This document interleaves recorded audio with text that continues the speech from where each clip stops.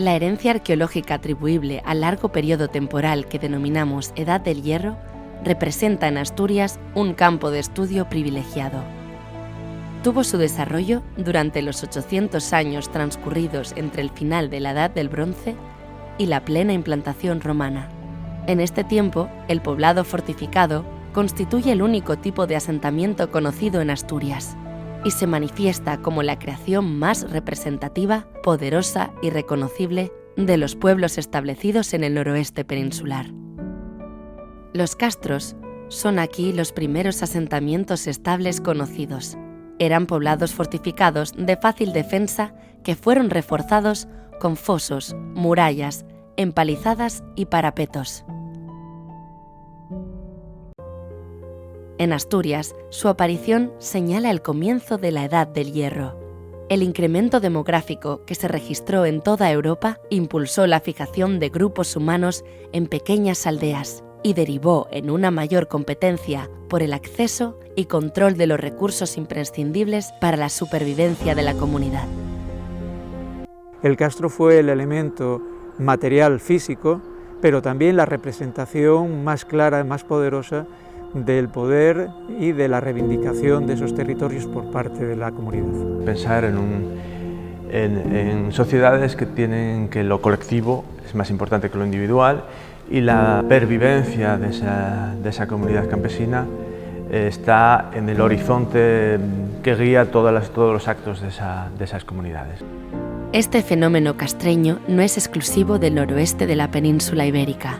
Ciudades y aldeas fortificadas fueron una realidad común a muchos otros pueblos prerromanos y, en algunos casos, habrían de pervivir como base de la organización territorial impuesta por Roma tras la conquista.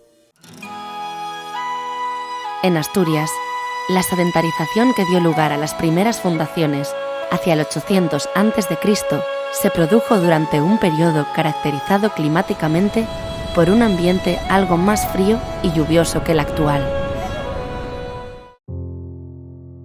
La producción agrícola, la recolección y la ganadería constituían las actividades básicas de subsistencia.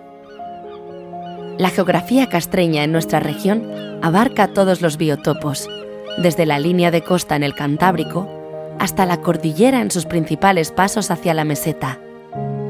Como norma general, poseían una posición topográfica relevante que les proporcionaba un buen dominio visual sobre su entorno y, por consiguiente, ofrecía, de partida, unas condiciones favorables para la defensa. Sí que hay que entender que los tamaños dentro de cada una de esas regiones son diferentes. Tenemos desde castros como la Campa Torres de grandes dimensiones que pueden estar cercanos a las 10 hectáreas, a otros de 1 a 2 hectáreas. La norma común es que sean núcleos de residencia pequeños, lo más habitual es entre media hectárea a 1 hectárea, no solo en Asturias, sino en buena parte de la protohistoria europea. Y a partir de esas singularidades, desde luego hay que entender que algunos de ellos pudieron ocupar un lugar relevante dentro de cada una de sus comarcas. Lugares especiales por su posición en relación con las redes de comercio, con las redes de comunicación, con recursos muy extensos que son aprovechados, caso por ejemplo de Coaña, la Campa Torres o el Chao de San Martín, pueden ser lugares singulares que luego en época romana ocuparían un papel clave. La dispersión de emplazamientos fortificados de morfología castreña se caracteriza en Asturias por el marcado desequilibrio entre el área oriental y la región centrooccidental, donde se concentran la mayor parte de los yacimientos conocidos. Este déficit tan llamativo en el área oriental se ha explicado en función de una hipotética tradición ganadera trashumante, que originó formas de poblamiento diferentes. A grandes rasgos sí parece percibirse que los pueblos del oriente de la región, donde por otro lado los castros son más escasos, pudieron tener una dedicación más orientada hacia la ganadería que las comunidades de base esencialmente campesino que nos encontramos hacia el centro y occidente de la Asturias prehistórica. Los primeros asentamientos castreños ocupan posiciones preeminentes, pero accesibles y cercanas a terrenos fértiles y de recursos variados. Sus defensas consisten principalmente en taludes, empalizadas, murallas y fosos de dimensiones relativamente modestas. Los casos mejor estudiados en el área oriental son algunos castros en torno a la ría de Villaviciosa, como Camoca o el Olivar, donde predominan los taludes, los paramentos pétreos o de tierra y toscas murallas. Hacia el oeste, en el castro del Chao San Martín, los fosos y las empalizadas se complementan con robustas murallas de paramento mixto de piedra y madera. A partir del siglo V a.C., durante la denominada Segunda Edad del Hierro, en los castros que continúan habitados, se constata una profunda renovación del aparato defensivo.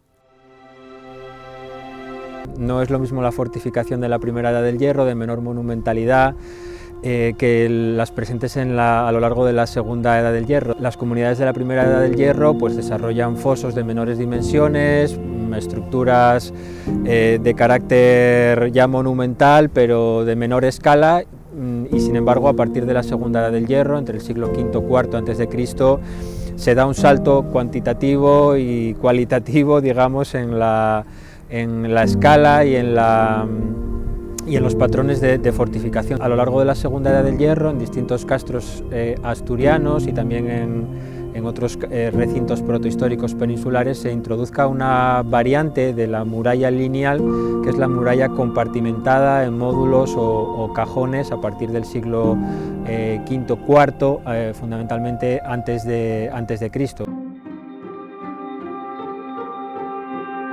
La Campa Torres posee uno de los conjuntos más extensamente excavados de este tipo de fortificación.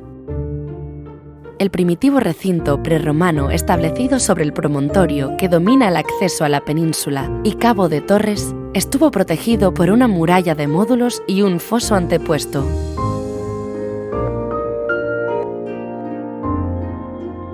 Junto a esta arquitectura defensiva, hay que hacer mención a la arquitectura de carácter doméstico. Aquí sí que se aprecian una serie de rasgos comunes, construcciones de unos entre 15 y 25 metros cuadrados, de planta circular o de tendencia oval, que a lo largo de buena parte de la Edad del Hierro están construidos con materiales perecederos, armazones de madera o pantallas de madera, con madera entretejida sobre distintos pilares de mayor grosor. Eso luego es revocado, enfoscado con manteados de barro, incluso a veces con aguadas blanquecinas en castros como Morillón o Pendia, que están muy bien estudiados en este aspecto. Luego las techumbres, a través de estructuras de cubrición, de viguería y otros elementos, normalmente de carácter cónico y con manto vegetal para cubrir y para aislar, digamos, proteger el interior. Esos patrones son, creo que, muy claros en la arquitectura doméstica, van evolucionando a lo largo del tiempo y progresivamente irán introduciendo la arquitectura, la petrificación o la piedra como material constructivo de forma más temprana en el occidente asturiano. En la trama urbana de los poblados se advierten edificios singulares que escapan al patrón compartido por el resto de estructuras domésticas. Podríamos hablar de las casas de asamblea, lugares de plantas de grandes dimensiones o construcciones de grandes dimensiones que ocupan lugares relevantes dentro de los recintos fortificados, y junto a ellas pues las saunas, que tienen un patrón bastante común, sobre todo a partir del estudio desarrollado en el occidente asturiano en distintos castros y de distintas saunas, y que generan un modelo, el modelo cantábrico, bien definido por Ángel Villavaldés. Este edificio en el que nos encontramos, que son las saunas rituales que comienzan a levantarse durante la Segunda Edad del Hierro, hacia mediados del primer milenio antes de Cristo. Lugares probablemente dedicados a la representación de todos aquellos actos que tienen que ver con la liturgia comunitaria. Son las saunas, edificios que responden a un modelo arquitectónico completamente diferente al de las cabañas de uso residencial. Son edificios de planta rectangular, con paredes muy gruesas que soportan muros con cargas muy pesadas, ya que, como pueden ver en la imagen, lo que hacen es cubrir los espacios mediante una falsa bóveda por aproximación de hiladas, y en los cuales se realizaban o se disfrutaban de baños de vapor. En este espacio actuarían todas aquellas entidades que favorecerían la protección tanto de las personas como del conjunto de la comunidad. Son edificios que hoy por hoy se muestran como espacio prioritario de su implantación en el noroeste peninsular. Los edificios más antiguos se sitúan en el área cantábrica, en particular estos que tenemos en el Castro de Coaña y en el resto de yacimientos del Valle del Navia, así como en los yacimientos que se están estudiando en estos momentos en la vertiente cantábrica. Son, en todo caso, una de las producciones más genuinas, más singulares, más representativas precisamente del espacio castreño. ¿Cómo era la sociedad que habitaba estos recintos fortificados? ¿Qué datos tenemos en lo referente a su configuración social? ¿Cómo era su día a día? El registro arqueológico puede dar respuesta parcial a alguna de estas preguntas. Hasta la fecha no se ha encontrado ninguna necrópolis, y eso ha limitado de manera importante lo que podemos conocer acerca de la organización social o sobre determinados aspectos ideológicos. Los ajuares domésticos nos muestran sociedades de sesgo igualitario, en las que cabe inferir cierta jerarquización de tipo honorífico, pero sin apenas reflejo en la cultura material. El uso hegemónico de materiales perecederos en la fabricación de las herramientas, mobiliario y ajuar, junto con la marcada acidez de los suelos asturianos, restringen de manera drástica la posibilidad de recuperación de objetos y, en consecuencia, limitan nuestra capacidad de recreación de los ambientes domésticos. Lo que conservamos en el registro es una parte de ese todo en el cual los objetos fabricados en madera, en cuero, en otras fibras textiles, tenían un peso específico muy importante en esa vajilla, en ese menaje doméstico. Hay que pensar que además estamos en una zona en que el uso tradicional, lo sabemos por paralelos etnográficos, que llegan incluso prácticamente a la actualidad, el uso de la madera, el uso de la tornería tradicional, sobre todo en el occidente de Asturias, es fundamental y ocupó o casi monopolizó, cuando no, el servicio de mesa en las viviendas hasta hace bien poco, ¿no? La cerámica es el material más común entre los recogidos en las excavaciones arqueológicas. La alfarería local constituye una parte sustancial del registro conocido. Son excepcionales los productos exóticos llegados a nuestros castros durante la Edad del Hierro. Entre ellos destacan los localizados en el castro de la Campa Torres: cerámica ática de barniz negro, ánforas grecopúnicas, cuentas de pasta vítrea y varios calatoi, y un único fragmento de cerámica púnica encontrado en el castro de Coaña. Las cerámicas indígenas se caracterizan por su fabricación en hornos de ambiente reductor y cocciones incompletas, lo que les proporciona tonos oscuros, pardos y negruzcos. Las ollas de diferentes tamaños y los cuencos son los objetos más habituales. Durante la Edad del Hierro, la vajilla de cerámica es escasa y rara vez posee ornamento, y cuando lo tiene se limita a motivos bruñidos, incisiones y, en menor medida, estampillados. Finalizada la conquista romana, en aquellos castros que se mantienen habitados, tras un primer periodo de coexistencia con manufacturas foráneas, principalmente terra sigillata, así como morteros, lucernas, ánforas o vasos de paredes finas, las cerámicas locales serán sustituidas por otras producidas en grandes alfares regionales con nuevas formas y servicios.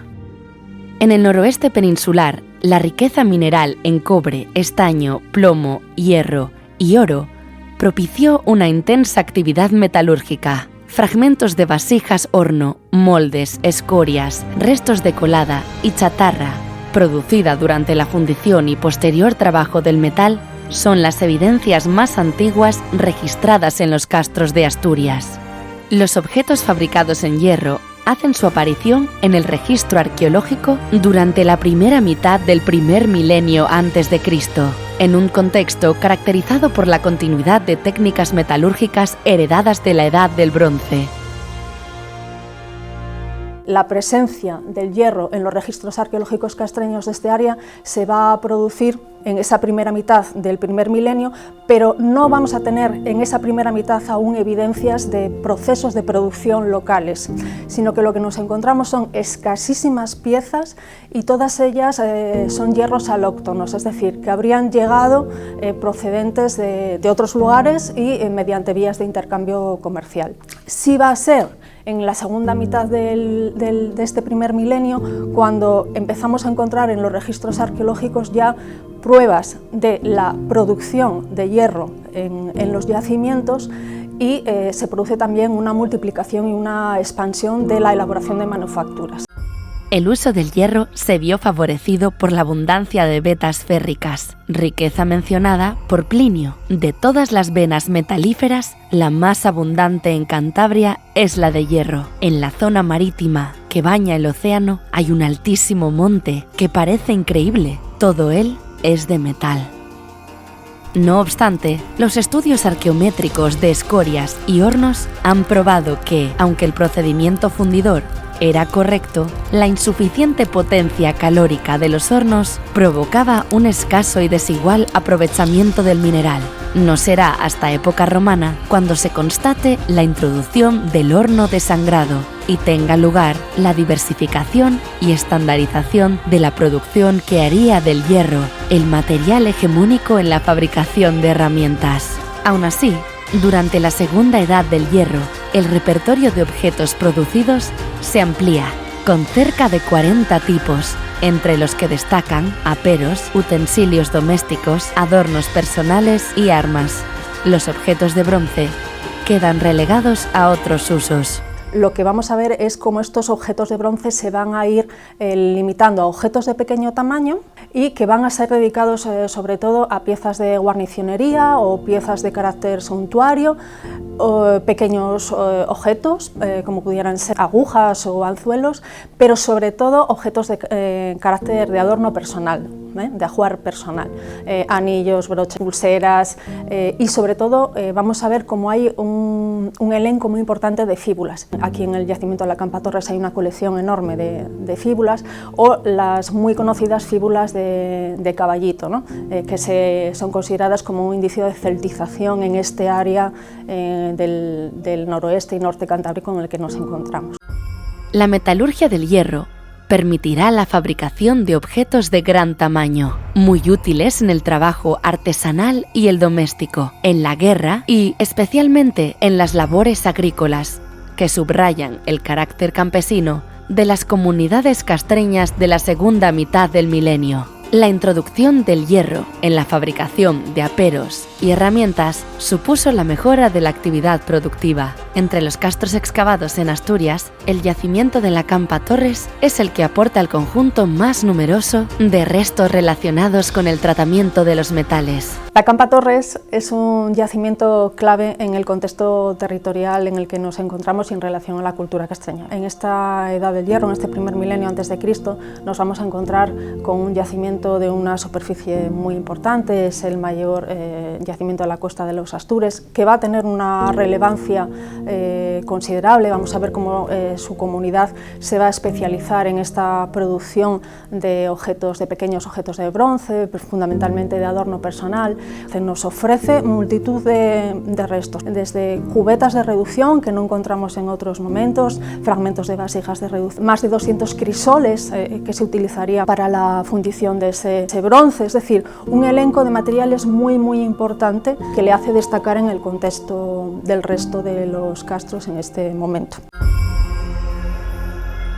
La habilidad metalúrgica de los artesanos castreños alcanzó particular destreza en la manipulación de metales preciosos. A las técnicas de martillado, batido y cera perdida, características del bronce final, se sumaron innovaciones como el granulado o la filigrana, procedentes del ámbito mediterráneo. Hasta hace poco se pensaba que solamente se explotaban los pláceres fluviales, es decir, el oro de los ríos, pero sin embargo, a partir de recientes investigaciones en algunas zonas mineras, sabemos de que en la segunda edad del hierro los pueblos prerromanos de la zona ya explotaban mediante técnicas subterráneas esa riqueza aurífera.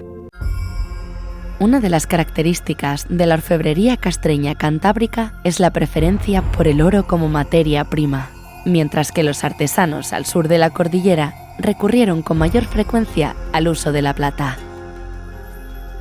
La explotación de los metales preciosos estaba destinada al trabajo artesanal y a ella ajustaba su producción.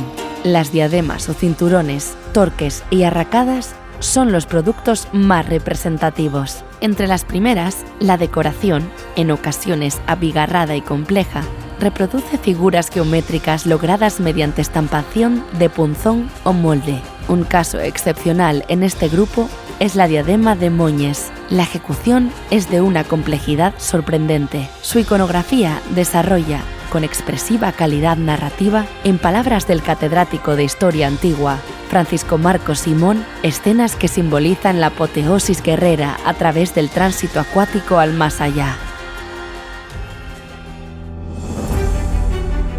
El registro arqueológico, hoy conocido, no ofrece más que unas pocas y dispersas piezas en el enorme y complejísimo puzzle del mundo castreño del noroeste peninsular, donde cada yacimiento representa una fuente única de información que ha de ser interpretada en conjunto para comprender las sociedades que prolongaron su existencia en estos poblados durante 8 siglos.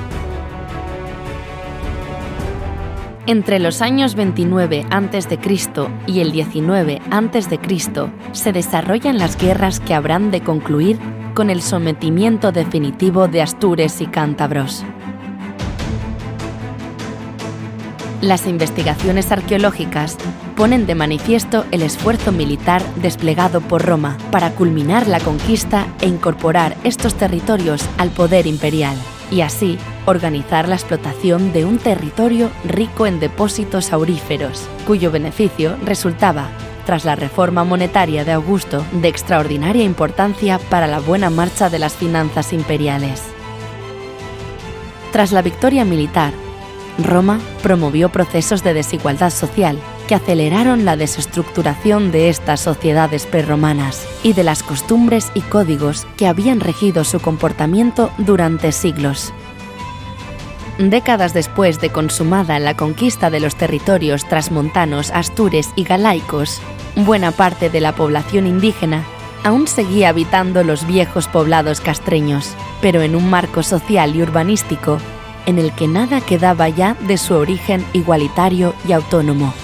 Bajo el dominio romano, la actividad económica, administrativa y política se fue desplazando hacia nuevos núcleos de población, como villas, pequeñas aldeas y vicus, conforme a nuevos patrones de asentamiento. De esta forma, a lo largo del siglo II después de Cristo, serán abandonados los últimos castros que aún permanecían habitados. Sin embargo, a pesar del tiempo transcurrido, todavía hoy, la herencia arqueológica de este periodo mantiene una huella imborrable sobre la cultura tradicional, la lengua, la toponimia y, de manera imponente, sobre el paisaje asturiano.